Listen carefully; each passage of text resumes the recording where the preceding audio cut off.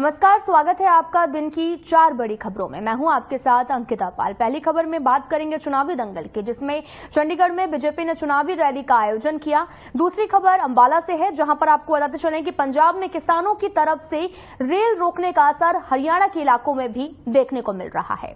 तीसरी खबर सोनीपत से है, जहां पर एक युवक को दिन दहाड़े गोलियों से भूनकर मौत के घाट उतार दिया गया। चौथी खबर फरीदाबाद से है, जहां पर नहर में किशोर के डूबने के मामले में एक नया मोड़ सामने आया है।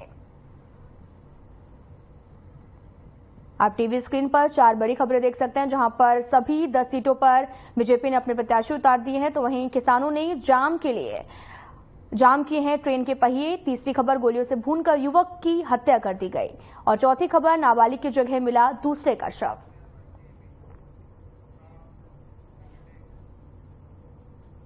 तो रुक करते हैं पहली खबर का। पहली खबर हरियाणा से है, जहां पर लोकसभा के चुनावी रण में जहां बीजेपी ने अपनी सभी 10 की 10 सीटों पर प्रत्याशी चुनावी मैदान में उतार दिए हैं, और सभी प्रत्याशियों के लिए बीजेपी के दिग्गज नेता भी चुनावी मैदान में प्रचार प्रसार के लिए जान फूंकने में जुट गए हैं।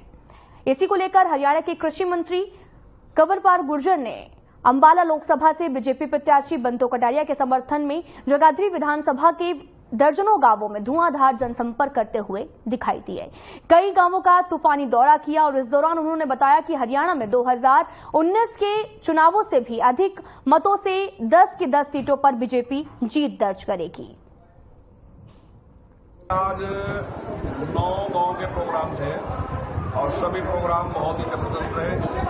लोगों में भारी उत्साह है, और लोगों का मानना है कि जिस निष्पक्षता के साथ और जिस तेज गति के साथ वर्तमान सरकार ने काम किए, तो हम उससे बहुत प्रभावित हैं। और जनता ने पूरा मन बना रखा कि जो नारा नरेंद्र मोदी जी आपकी बार 400 पार, तो हालांकि हरियाणा में तो पहले ही 10 की 10 सीटें भाजपा में है, तो अब की बार और ज्यादा बहुमत के साथ हरियाणा में भारतीय जनता पार्टी की जीत है। ये लोग इस बात से बहुत प्रभावित हैं कि जो विकास के काम, चाहे अगर कॉलेज बनाने की बात लगाओ, पहले एक कॉलेज था, तो अब जिले में 5 से ज्यादा 5 कॉलेज है, उसके बाद बने।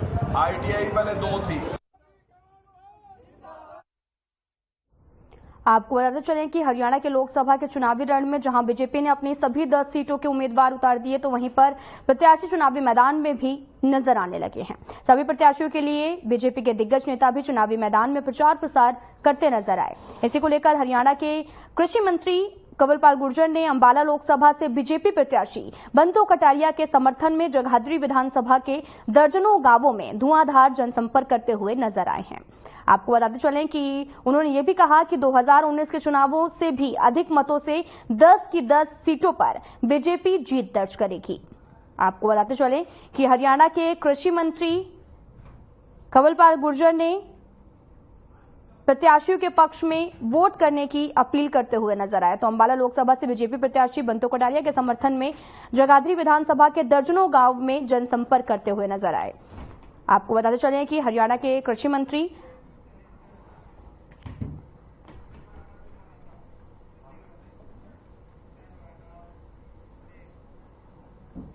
ऐसी खबर पर ज्यादा जानकारी के लिए हमारे संवाददाता ओपी शर्मा जुड़ चुके हैं। ओपी, लगातार देखने में आ रहा है कि बीजेपी अपने सभी प्रत्याशियों के सूची जारी कर दी है, और उसके बाद में अब प्रत्याशी लगातार प्रचार प्रसार में जुटे हैं। तो इसी दौरान कंवरपाल गुर्जर ने भी जनसभा को संबोधित किया, और उन्होंने ये भी कहा कि 2019 के तर्ज पर 10 की 10 सीटें वो इस बार भी जीतेंगे। देखिए अंकिता, लोकसभा चुनाव हो रहे हैं और सियासत का तकाजा भी यही है कि चुनाव से पहले सभी पार्टियां जो है सभी सीटों के ऊपर प्रचंड बहुमत से जो है वो सरकार बनाने का जो है दावा करती है। लेकिन हकीकत जो लोकतंत्र में जनता तय करती है कौन सी सरकार, किसकी सरकार बनानी है, कौन प्रत्याशी जीतेगा, इसके ऊपर जो है जनता को लोकतंत्र में अधिकार मिला। जहां तक बात हरियाणा के कृषि मंत्री कंवरपाल गुर्जर की बात करें, तो वो अंबाला में जो है अपनी पार्टी की जो प्रत्याशी अंबाला लोकसभा सीट से बंतो कटारिया है, उनके पक्ष में प्रचार करने के लिए जो आए हुए थे, और उन्हीं के पक्ष में प्रचार के लिए जाहिर सी बात है कि अपनी पार्टी को आगे बताना और दूसरी पार्टी के ऊपर निशाना साधना, एक तरह से अगर इसको माने तो लोकतंत्र में जो है कहीं ना कहीं जनता को अपनी पार्टी की नीतियों के बारे में और दूसरी पार्टी की कमियों के बारे में अवगत कराने का एक ड्यूटी भी कह सकते हैं और एक सियासी कदम भी कह सकते हैं, क्योंकि जनता तभी आपको वोट देगी जब आप उनकी नजर में अच्छे रहोगे। तो उसी के चलते कहीं ना कहीं आज जो कृषि मंत्री कंवरपाल गुर्जर है, उन्होंने कांग्रेस पर निशाना साधा। उनका कहना है कि भारतीय जनता पार्टी ने अपने सभी प्रत्याशियों की बहुत पहले से घोषणा कर दी है, वहीं कांग्रेस चाहकर भी जो है प्रत्याशी घोषित नहीं करना चाह रहे। कई 5 से 6 दौर की स्क्रीनिंग कमेटी की बैठक हो चुकी है। हर बार बैठक में कुछ ना कुछ दिक्कतें ऐसी आ जाती हैं जिसकी वजह से सीटें घोषित नहीं हो पाती। हालांकि मैं आपको एक बात और बता दूं कि अगर कांग्रेस की ट्रेंड की बात करें तो कांग्रेस में हमेशा से एक ट्रेंड है कि ये लोग आखिरी समय तक जो है टिकटों का अनाउंस करते हैं। 2009 की हम बात करें या 2014 की बात करें, इसी तरीके से जो है वो टिकटें नॉमिनेशन से 1-2 दिन पहले, नॉमिनेशन शुरू होने से 1-2 दिन पहले ही जो है घोषित हुई। तो कह सकते हैं कि कांग्रेस अपनी प्रक्रिया में चल रही है। हालांकि इस बार के चुनाव में बात करें तो कांग्रेस थोड़ी सी अलर्ट है और वो समय से पहले जो कहीं ना कहीं प्रत्याशी घोषणा करने की दिशा में तेजी से आगे बढ़ती हुई दिखाई दे रही है। 6 दौर की जो स्क्रीनिंग कमेटी की बैठक हो चुकी है और अब उम्मीद की जा रही है कि अगले 1-2 दिन में कहीं ना कहीं उनके प्रत्याशी जो है वो उनकी घोषणा जो है कर दी जाएगी। 3 प्रत्याशियों को लेकर एक तरह से घोषणा बन गई। बाकी 3 प्रत्याशियों की एक सूची मिलाकर कुल 6 प्रत्याशियों की जो सूची वो जल्द से जल्द जो है जारी कर दी जाएगी। जी ओपी, आपसे ये भी जानना चाहेंगे कि जिस तरीके से बीजेपी ने अभी अपने सारे प्रत्याशियों को उतार दिया है, तो वहीं दूसरी तरफ अभी तक कांग्रेस ने अपने प्रत्याशी नहीं उतारे हैं, तो क्या इसका फायदा बीजेपी को मिलने वाला है? देखिए अंकिता, चुनाव के अंदर सबसे अहम होता है कि आपकी छवि और आपकी लहर, क्योंकि आपकी प्रत्याशी की क्या छवि होती है और आपकी किस पार्टी की लहर है, ये 2 मेन मुद्दे जो कहीं ना कहीं मैटर करते हैं। अगर हम 1977 की बात करें, जब आपातकाल देश में इंदिरा गांधी ने लगाया था, उसके बाद 77 में आपातकाल हटाया गया और तब जब लोकसभा के चुनाव हुए थे तो जो कांग्रेस है और वो गिर गई थी देश के अंदर बड़ी बड़ी सीटों के ऊपर। जो अपनी पारंपरिक सीट जो कांग्रेस के बड़े लीडर जो कहते थे, वो भी जो अपनी सीट हार गए थे। हालांकि 1980 में जब चुनाव हुए 3 साल बाद जनता पार्टी की सरकार की, तो एक बार फिर सब कुछ नॉर्मल हो गया। अगर इसी तरीके से हम 1999 की मोदी लहर की बात करें तो हरियाणा की 10 की 10 जो सीटें थी उसमें 5 भारतीय जनता पार्टी ने और 5 उसकी सहयोगी इंटरनेशनल लोकदल ने जीती थी। 2014 में मोदी लहर की बात करें तो 7 सीटें भारतीय जनता पार्टी ने जीती थी, 2 इंडियन नेशनल लोकदल ने और 1 कांग्रेस ने जीती थी। 2019 की बात करें फिर मोदी लहर 370, ये जितने भी मतलब भारतीय जनता पार्टी के मुख्य कारण थे उनको माने तो बीजेपी ने 10 की 10 सीटें जो है जीत थी। लेकिन इस बार अभी तक किसी भी तरह की लहर जो है वो नहीं कह सकते, लेकिन हाँ राम मंदिर, धारा 370, ट्रिपल तलाक जैसे कुछ ऐसे बड़े मसले, बड़ी उपलब्धियां भारतीय जनता पार्टी के पक्ष में जरूर हैं जिनको लेकर वो कहीं ना कहीं जनता के बीच में जरूर जा रही है। और अगर भारतीय जनता पार्टी के प्रत्याशी पहले घोषित करते हैं तो वो प्रचार कर रहे हैं, तो मैं शायद अगर इसको एक नेगेटिव एंगल से देखूं तो अभी रेस में सिर्फ भारतीय जनता पार्टी अकेले ही भाग रही है। तो मैं अगर कहूँ तो कुछ ऐसा हुआ, बोला मम्मी मैं फर्स्ट आया, बोला बेटा कितने देर भागे थे, मैं बोले बेटा कहता कि मैं अकेला ही भाग रहा था। तो कुछ ऐसी स्थिति बीजेपी के पास है, वो अकेली भाग रही है और अकेली ही मेडल ले रही है। लेकिन जैसे ही सभी पार्टियों के प्रत्याशियों की घोषणा हो जाएगी उसके बाद जो एक मौसम बदलेगा और एक चुनावी विकास होगी, उसके बाद ही शायद किसी तरह की भविष्यवाणी करनी जरूरी होगी। ऐसा कुछ नहीं है कि भारतीय जनता पार्टी ने अपने प्रत्याशी पहले घोषित करती है और कांग्रेस बाद में करती तो उनको नुकसान हो सकता है। हाँ कुछ फर्क मान सकते हैं कि पड़ेगा, क्योंकि अगर भारतीय जनता पार्टी की बात करें, अगर नॉमिनेशन तक भारतीय जनता पार्टी ने प्रदेश की सभी हलकों के अंदर जो है एक रैली करने का जो है वो एक कार्यक्रम बनाया है और करीबन 30 से ज्यादा विधानसभाओं में उनकी रैलियां जो है पूरी भी हो चुकी हैं। ऐसे में 60 विधानसभा रैलियां बस्ती जहां पर जो है वो पूरी हो जाएंगी। पार्टियों के चुनावी कार्यालय भी खुल चुके हैं, पार्टी के प्रत्याशियों के विधानसभा स्तर के ऊपर जो चुनावी कार्यालय वो भी खुल चुके हैं, तो कार्यकर्ता इनके साथ आ रहे हैं। लेकिन अभी भी हमें 25 मई को जो है हरियाणा में चुनाव होने, तो ऐसे में एक बहुत बड़ा जो वक्त पड़ा है और कांग्रेस के पास उसकी बराबरी करने का भी वक्त, अगर कांग्रेस इस हफ्ते के अंदर टिकटें जो अगर वो जारी कर देती तो कांग्रेस के पास रेस में बराबर आने का पूरा मौका है।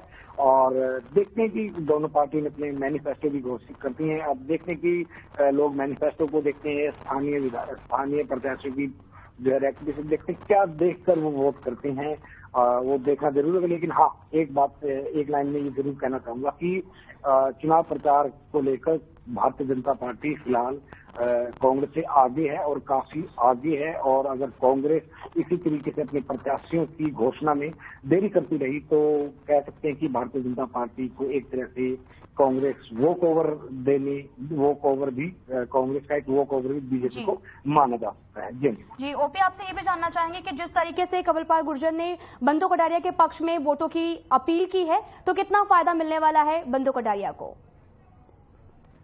देखिए, अगर मैं आपको एक बात बता दूं कि जो अंबाला लोकसभा सीट से उस पर भारतीय जनता पार्टी ने जो स्वर्गीय जो सांसद थे रतन लाल कटारिया केंद्र में मोदी यू पार्ट 2 में भी वो मंत्री थे, उनकी धर्मपत्नी है और करीबन 6 महीने पहले उनकी जो है वो मौत जो अचानक से दर्दनाक मौत होगी तो उसके बाद भारतीय जनता पार्टी ने उनको जो है प्रचार प्रसार है। तो अगर हम रतनलाल कटारिया की बात करें तो उनकी एक अच्छी छवि थी, वो जहां भी जाते थे खुलकर बोलते थे, बेदाग बोलते थे, बिना किसी लाग लपेट के उनका एक तरीका था, वो जहां तक होती लोग मदद करते थे। कह सकते हैं कि इलाका अंबाला लोकसभा सीट के ऊपर उनकी एक जी ओपी शर्मा जी, आपका बहुत बहुत धन्यवाद तमाम जानकारी देने के लिए। तो बढ़ते हैं आगे। किसानों का पंजाब में रेल रोको आंदोलन जारी है, जिसके चलते अमृतसर दिल्ली रेल मार्ग दोनों तरफ से जाम है। अंबाला कैंट रेलवे स्टेशन पर यात्री दूसरे दिन भी परेशान होते दिखे। रेल मंडल का कहना है कि कुछ ट्रेनें रद्द की गई हैं तो वहीं कुछ का रूट डाइवर्ट किया गया है। आंदोलन लंबा चला तो जम्मू कश्मीर से में जो तेल की डिलीवरी प्रभावित होगी और रेल विभाग पंजाब सरकार की तरफ देख रहा है वे कब किसानों को ट्रैक से हटाएंगी। रेल मंडल से 13 ट्रेनें रद्द कर दी गई हैं, 6 ट्रेनें बीच रास्ते में रद्द करनी पड़ी। रेलवे द्वारा 85 ट्रेनों के रूट बदले गए हैं। रेलवे का भी कहना है कि आंदोलन लंबा चला तो जम्मू कश्मीर में तेल के सप्लाई में दिक्कत आएगी।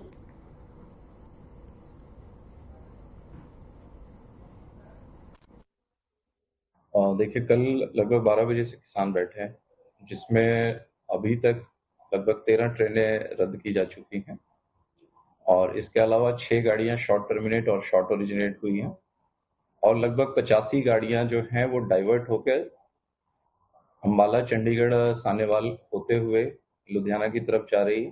डाउन की गाड़ियां, बहुत सारी गाड़ियां ऐसी हैं जो धुरी, जाखल, हिसार होते हुए दिल्ली या अलग अलग डेस्टिनेशन पे जा रही हैं। कुल मिला के अभी लगभग 130 से अधिक ट्रेनें इससे प्रभावित हुई हैं। 4 बजे से बैठे हैं, अभी तक ट्रेन नहीं है। रेलवे द्वारा क्या कुछ जानकारी दी जा रही है? क्या टाइम पर टाइम दे रहे हैं लोग। बताया जा रहा है क्यों ट्रेन लेट हो रही है, क्या वजह? नहीं, कुछ नहीं बताया जा रहा। सर कल 4 बजे से बैठे हुए हैं, ट्रेन आ नहीं रहा है। वहाँ से पूछताछ में जाते हैं तो बोलते हैं कि ट्रेन का कोई सुविधा ही नहीं है। हम बोले आज शाम तक ट्रेन है कि नहीं है। हाँ, और बोलता है कि जो ट्रेन आएगी कि ना आएगी मेरा पता नहीं है। हाँ, इसके बाद हम क्या करें? पूछताछ से पूछे थे। अंबाला स्टेशन पे कहीं 2 दिन से गाड़ियां बंद पड़ी हैं, जिससे हमारे कामकाज को बहुत ज्यादा फर्क पड़ रहा है और यहाँ पे काफी पब्लिक फंसी पड़ी है और कहीं सवारी मतलब जो छोटे बच्चे हैं उनको काफी परेशानी हो रही है।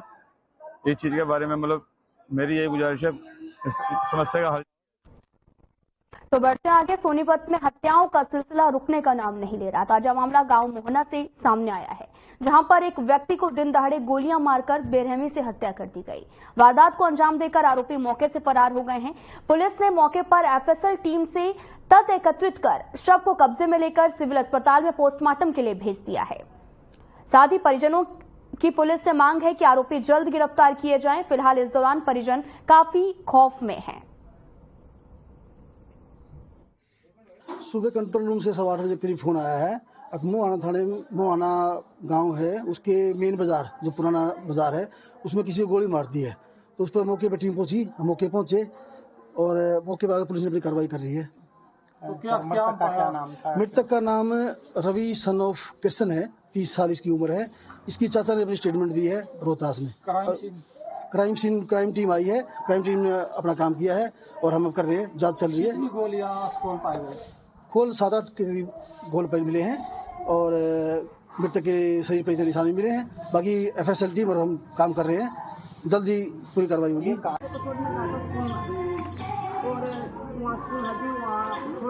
और गोली मार दी। अच्छा, कितनी आयु थी, क्या नाम था? अच्छा, क्या काम करता था? पुलिस से क्या मांग करते हो?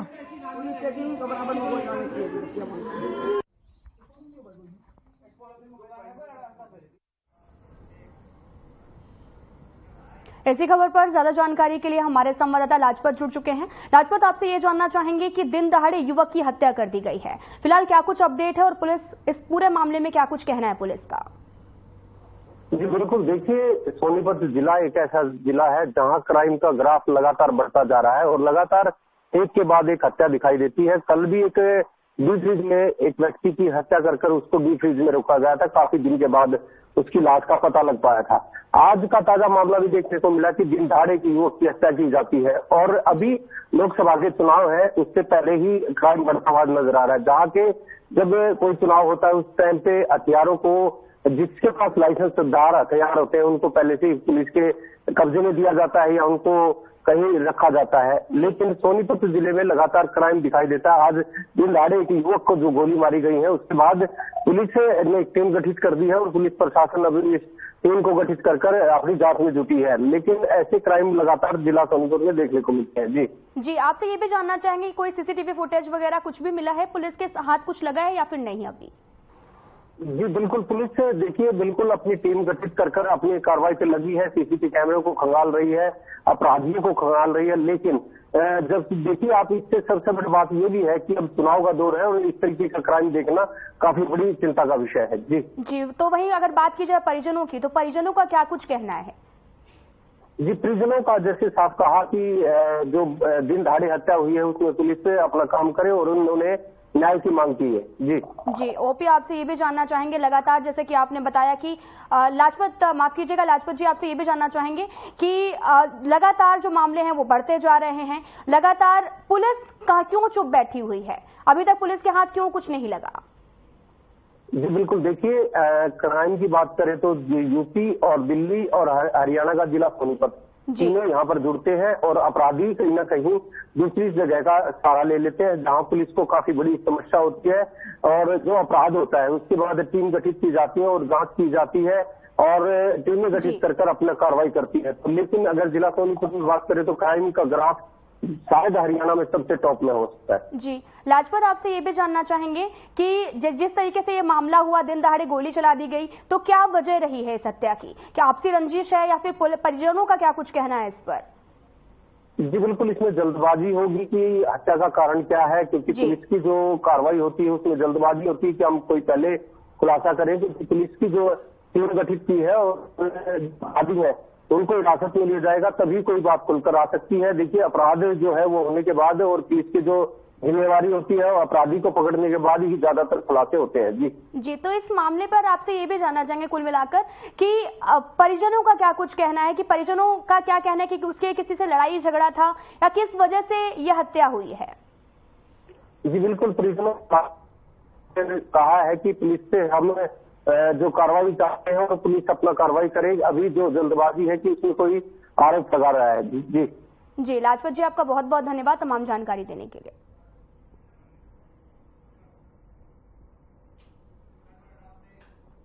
तो बढ़ते आगे, फरीदाबाद के चंदावली में नहर में महिला को बचाने के लिए कूदे 17 साल के किशोर के नहर में डूबने के मामले में एक नया मोड़ सामने आया। आपको बताते चले कि आज पुलिस ने रेस्क्यू करते हुए नहर से एक शव को बरामद किया है। शव को पोस्टमार्टम के लिए बादशाह खान सिविल अस्पताल भेजा जा रहा है, तभी मृतक की बहन ने शव पहचानने से इनकार कर दिया। वहीं इस मामले को लेकर थाना सदर बल्लभगढ़ के एसएचओ उमेश कुमार ने बताया कि पहले मृतक किशोर के परिजनों ने शव की शिनाख्त की थी, लेकिन बाद में उन्होंने पहचानने से मना कर दिया है। फिलहाल परिवार की तसल्ली करवाई जा रही, यदि वे शव किशोर का नहीं है तो शव की तलाश की जाएगी। का बच्चा किसी औरत को बचाने के प्रयास में डूब गया था। आज हमारे गोताखोर आए थे और हमने बड़ी मेहनत करके डेड बॉडी प्राप्त की थी। डेड बॉडी मिलने के बाद इन लोगों ने कहा कि हमारे बच्चे, उसके बाद हम पोस्टमार्टम के लिए उसके हॉस्पिटल में लेके आए। पोस्टमार्टम उसका 99% हो भी चुका है, खाली पैकिंग होता है। उसके बाद ये कह रहे हैं कि बॉडी हमारी नहीं, इनकी पूरी तसल्ली की जाएगी। हम 72 घंटे के लिए डेड बॉडी को फिलहाल रखते हैं। अच्छा दोस्त सर, एक चीज और पूछना चाहूंगा कि कल ये लोग कह रहे थे कि आप लोग इनके साथ नहीं थे, मतलब ढूंढा नहीं गया था बच्चे को। मैं स्टार्टिंग से इनके साथ और शादी सगर में। सर ऐसा क्या वजह निकल के आ रही है कि ये क्यों मना कर रहे हैं सर? मना नहीं कर रहे, सभी लोग कह रहे हैं आप हमारे स्टार्टिंग से ही साथ हैं। देखो 4 बजे के बाद हमारे पड़ोसी होता है, हमारे नैनीताल के पास का एक आदमी आया था, तरह से हमारा भाई कूद गया है बाइक से। हम सोचे कोई बात नहीं करे, एक महिला के चक्कर में 45 साल की महिला है, उसके बचाने के चक्कर में कूद गया है। लेडीज को बचा लिया, लड़का को नहीं बचाया। लड़का के हाथ रस्सी, जैसे रस्सी है ना, फेंके दोनों, 2 रस्सी फेंके, एक रस्सी तो बिल्कुल छोड़ दिया, महिला को बचा के फिर निकल गया है, महिला को बचा लिया, लड़का को नहीं बचा। जी हमारा लड़का किसी महिला को बचाने के लिए कल नहर में कूद पड़ा है, उसकी बॉडी अभी तक हमें नहीं मिली है। बॉडी तो बता, जो बॉडी मिली थी वो हमारे बच्चे की नहीं है। अच्छा, सुबह मिली थी बॉडी कोई? जी हाँ, कोई दोपहर को दिए इन्होंने 3 बजे। आपके रिश्तेदार हैं, जो लड़के का जीजा है वो खुद गया था, जी गया था वो, लेकिन वो होपलेस हो गया, वो नहीं पहचान पाया, वो घबरा के एकदम बोलते कि हाँ हमारा है। उसने खाली कपड़े देखे थे। अब कौन मना कर रहा है कि बॉडी? हम लोग मना कर रहे हैं, उसकी बहन मना कर रही है, उसका भाई मना कर रहा है। जी हाँ। आपको बताते चलें कि फरीदाबाद के चंदावली नहर में महिला को बचाने के लिए कूदे 17 साल के किशोर के नहर में डूबने के मामले में एक नया मोड़ सामने आया। आपको बताते चलें कि पुलिस ने रेस्क्यू करते हुए नहर से एक शव को बरामद किया है। शव को पोस्टमार्टम के लिए बादशाह खान सिविल अस्पताल भेजा जा रहा था, तो वहीं तभी मृतक की बहन ने शव को पहचानने से इनकार कर दिया है।